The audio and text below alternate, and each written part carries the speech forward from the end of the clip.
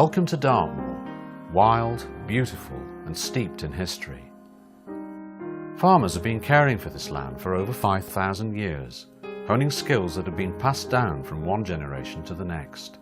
The flocks of sheep and herds of cattle that roam these uplands are reared with careful husbandry by farming families who love, care for and respect this unique environment.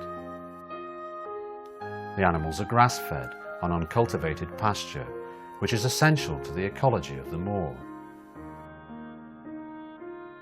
It is hardly surprising that these traditional farming methods, coupled with natural grazing, produce some of the finest livestock in the country.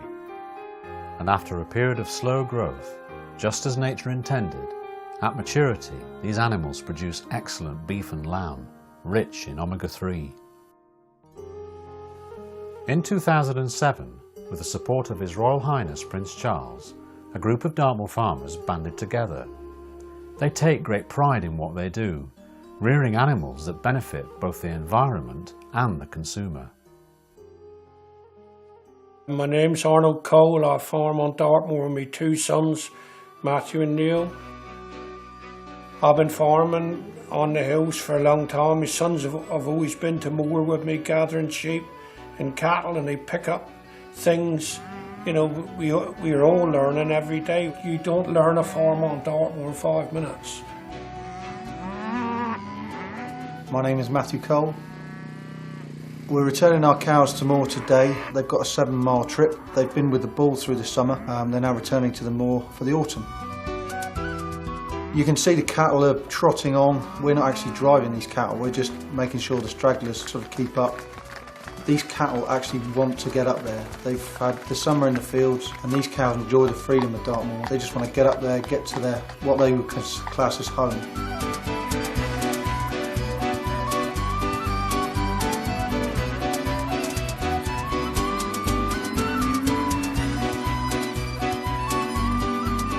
My name's Neil Cole. This is a herd of Galloways that's been in the family for many, many years. The pedigree Galloway is a cow which we like because it's a good natural breeder. They're brilliant mothers, they're easy management, we have to do very little to them. They just have a character all of their own.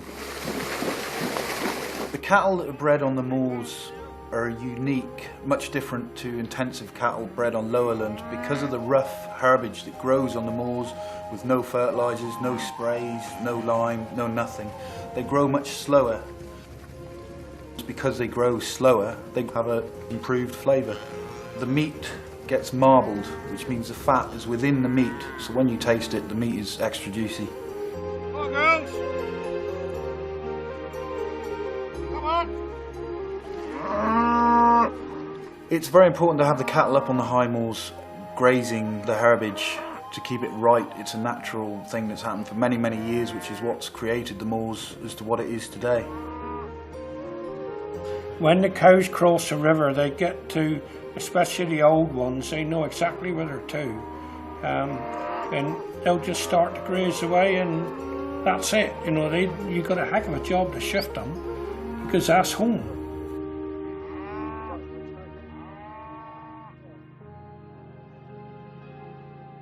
I'm Russell Ashford. I farm with my family at Bowden Farm on the southern fringe of Dartmoor. The farm's been in my family for in excess of 50 years. Today I'm going out to Huntingdon Warren to gather the flock of sheep that we have there. We want to bring in the lambs. The ewes will then be returned to the moor until November, when we will gather them again for tupping, which is the time of the year that they go to the ram. We keep Scotch blackface sheep for the hardiness. They're able to withstand the difficult weather and the rough terrain. I've been up on the moor with the wind and rain driving at you horizontally, and the sheep are still just happily out there grazing.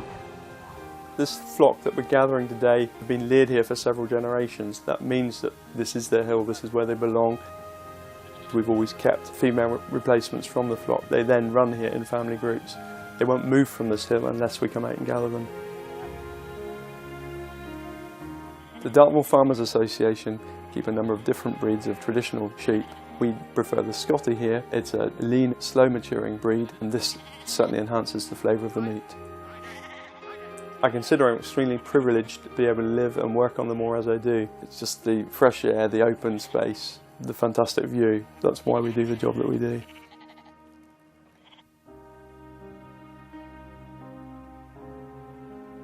My name is Darren Hosgrove, Chef Director of the Ashburton Cookery School on the edge of Dartmoor. Today I'm going to pick up a box of beef from our local abattoir. This beef has come from Dartmeet, which is about 3.5 to 4 miles from the cookery school. It's been hung for 21 days. I'm going to bring it back to the cookery school and I'm just going to show you what I can do with it. I think we're very lucky and very fortunate to be on the edge of Dartmoor, where we're able to source grass-fed beef and lamb, which in my opinion is some of the best beef and lamb in the country. And for me to be able to get my hands on that type of produce and show it off to students that come to the cookery school is a wonderful experience and makes my job very easy indeed. So what I'm going to do, I'm going to take my fillet steak now, pop it on my board and sprinkle some salt. I'm just going to pop a little bit of corn oil on my beef like so, okay? Again, in my opinion, the main difference between eating meat that's been grass-fed rather than intensively reared is really the quality and the flavour. Okay, beef now goes into the pan, straight in. You should hear that sound. If you don't hear that sound, then your pan is not hot enough. So we're getting a really, really nice colour to our meat on that side. And then I'm going to turn the beef over and I'm also going to colour it on the edges as well, so that the whole steak is sealed.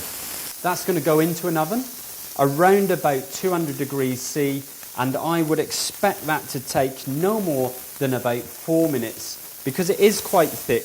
What I actually look for, if I push my cheek, that's rare. So that's exactly what I'm trying to achieve on that fillet steak to eat it at its best.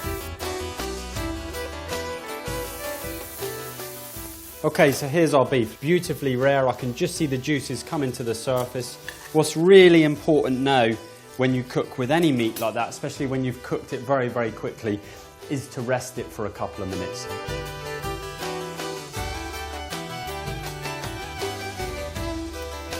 I feel it's really important to promote all of our local suppliers because at the cookery school and as a chef, we need to have full traceability of all of our produce. What we want to show off is just how good the Southwest larder is. And that is a piece of Dartmoor on a plate. Absolutely beautiful.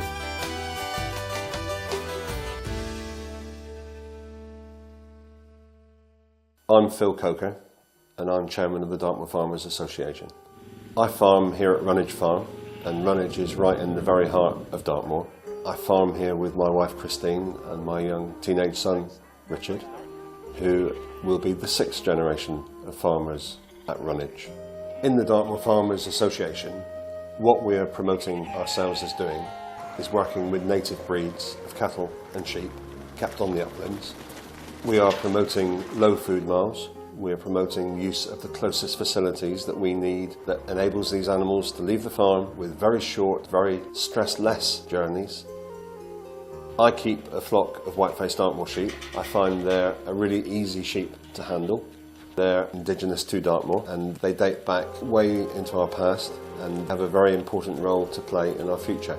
Their meat is known as angel meat by reputation. They're exceedingly good mothers. We find that they're slow growing because of the grass, and it's essential to let them develop to their fullest potential for the unique flavour that they have. My name is Kevin Bishop. I'm the Chief Executive of Dartmoor National Park Authority. I've come up to Runnage Farm today to meet Phil Coker. The National Park depends on partnership working with the farmers to sustain the living landscape. We need to ensure that there is the right mix of grazing and other activities that have gone back over hundreds of years to ensure that the public get the benefits that they want to see from Dartmoor. Access, the high quality landscape, the water, the clean air, everything that makes a trip to Dartmoor special. I'm Ian Mercer, I'm the chairman of the Dartmoor Commoners Council. The management of the commons by the commoners actually is a grazing operation, and that grazing is supporting the whole production system of cattle and sheep on Dartmoor. The great thing about all this is that we, the public, get a double benefit. We not only get the natural beauty and the access to it, the heritage looked after. We also get splendid lamb and beef from the farms that the commoners use as the basis for their management of the moor. My name is Christine Molseed and I farm with my husband Mike on Dartmoor. We live at French Beer Farm, which is about 1,000 feet, and the farm goes up to about 1,400 feet. Mike and I have been here for about 22 years now. We chose to come here because we really love farming an extensive system. We're first-generation farmers, which is quite unusual in Dartmoor. On the farm we have 100 blue-grey cattle, which is a traditional British crossbreed. They're white shorthorn cross Galloway, and they're a great cow to have. They're great mothers, they have a fantastic foraging ability, and they harvest all the high moorland grasses, which a lot of the other more continental type breeds wouldn't be able to do. Dartmoor is an amazing place to farm.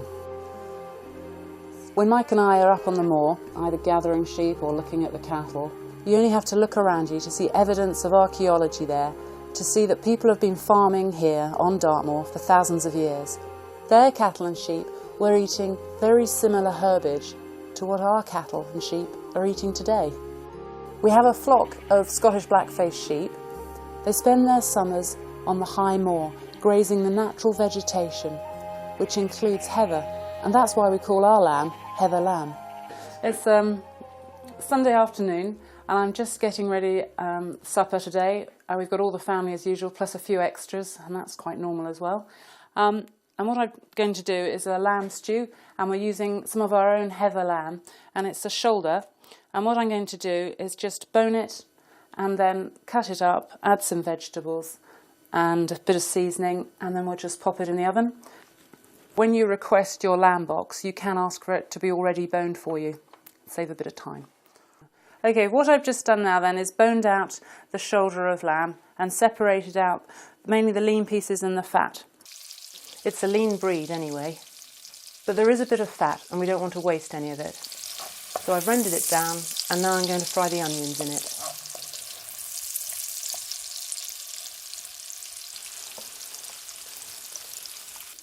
The meat has come from a Scottish black-faced lamb, and it was born on our farm back in the spring. We're now going to brown off the cubes of lamb. We're just sealing in the edges, and it keeps all the juices in. Now I'm just putting everything in the pan because we've got all these juices here as well. Right, now adding the onions, now the carrots, scrunched up coriander seed, some pepper, and I just add a tiny bit of salt there. And finally, we're just going to put a pint of stock in. And I'm just going to mix it a little bit, just to make sure everything's got coriander and the pepper and the salt and all those lovely juices. And now we're going to pop it in the oven, and that's set now at about 150 or about a medium temperature. And then leave it there for about 2 hours until it's tender.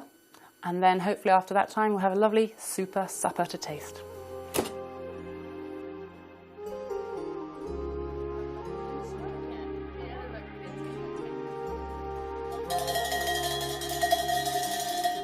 The farmers of Dartmoor are the environmental custodians of this beautiful place and would like to share with you some of the riches that the land produces. When you buy a lamb or beef box from Dartmoor Farmers Limited, you are helping to deliver all the public benefits that make Dartmoor special, and in return you will get a top quality product. Dartmoor on a plate.